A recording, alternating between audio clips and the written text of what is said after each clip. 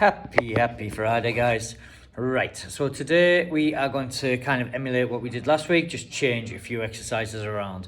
So we're going to have an EMON of assault bike where we had rowing last week, and then the workout is going to be more or less the same, so it's every 2 minutes on the minute with 3 exercises, and then we're going to go for it 3 times. And that is going to be with rowing as opposed to what assault bike last week. Wall balls again, so you're trying to beat your number from last week. And then your skill portion, instead of being cleans, you're going to do max pull-ups, and then we're going to have a 5-second transition into handstand push-ups, and it's pull-ups and handstand push-ups combined. So if you do 10 pull-ups and 10 handstand push-ups, it'll be 20 repetitions. And then if you're obviously struggling with the pull-ups and the handstand push-ups, it'll be max handstand push-ups. I think everyone can more or less do handstand push-ups now. If not, then maybe ask the coach after 5 minutes, teach you really quick. And then that'll be a heavy Russian kettlebell swing. So heavy, we're looking for the red ones, the 32, or the blue ones, the 24 kilos. Now, we're going to have every 3 minutes on a minute, and your males, you're going to do 25 calories on your assault bike. Ladies, you're going to do 18 calories on the assault bike. And then we're going to go for RPM again. So RX will be a 75 RPM and staying above that or kind of hanging around that RPM.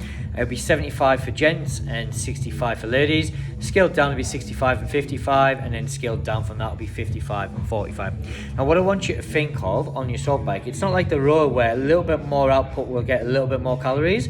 The assault bike, a little bit more output will get a lot more calories. So for instance, I've worked it out here. So if you do 45 RPM, you're only going to get 6 calories a minute. That's a calorie every 10 seconds. That's not much. So if you're looking to get 18 calories, that's a whole 3 minutes. That's going to take a long time. However, if you go an extra 10 RPM, so you go from 45 to 55, you're now going to get 9 calories. So that's 100, that's an extra 50%, sorry. So now you're going to get 9 calories there. Again, take it up another 10, and now you're going from 9 to a whopping 15 calories. So at 65 RPM, you'll get 15 calories over a minute. If you're looking to get 25 calories males or 18 calories ladies, it's just going to take you a minute and a half, 2 minutes, something like that. Now, if you go 75 RPM, you're going to get 24 calories per minute. So think 65 RPM is 15 calories a minute, 75 RPM is an extra 9 calories a minute at 24. So you get a calorie every 2.5 seconds. So it's advantageous to go quite fast and quite hard and keep that RPM and kind of go through that burning zone there.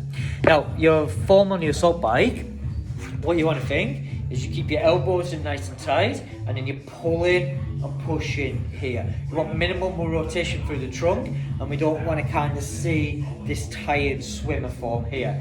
With your legs, you're looking to squeeze your adductors and then get nice and tight from your knee into your hip flexors, and then it's pulling your knees in and driving through. So jump on the bike here. What you want is knees are nice and tight, pull and punch on the bike there, and get nice and tight into there, nice and easy. So that was at 85 RPM there, got there in seconds, and probably got about 5-6 calories already. So it's looking to do 25 calories there. Then similar to last week, we're going to do every 2 minutes on the minute. Your first exercise is going to be max row for calories, and then like last week, we want long, powerful strokes. Sorry. So here, we're looking for a big drive back. That all comes from the legs, and then you're keeping yourself upright, pulling into your ribcage. Now your shoulder should just be behind your hip the whole time, and you're keeping that same angle as you come back and forth here. With the handle here, once you go forward, past the knees, and then come in. And then you're not overreaching, because now you're going to take that angle away. And here, it's a big deadlift. Pull back, control it. Pull, control. So you're looking for power on the way out, patience on the way in. So it's 1 second back, 2 seconds in. Then you're going to be doing max wall balls unbroken. Gents, you'll be going to a 10-foot line with a 9 kilo ball. and then scaled down will be a 9-foot line. Again, you're trying to beat last week's score. So last week, if you're getting roughly about 18, 20 reps, now you're looking to get 22, 24 reps, or maybe even 30 or whatever you got to there.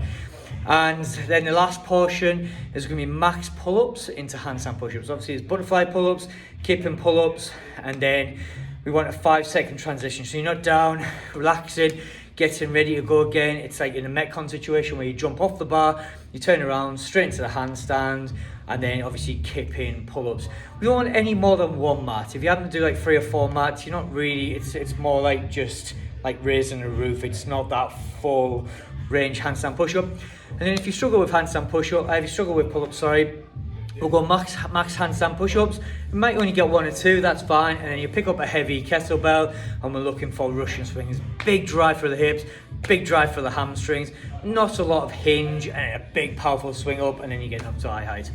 Hope you all have a great Friday. Hope you all have an amazing weekend. Come on, England.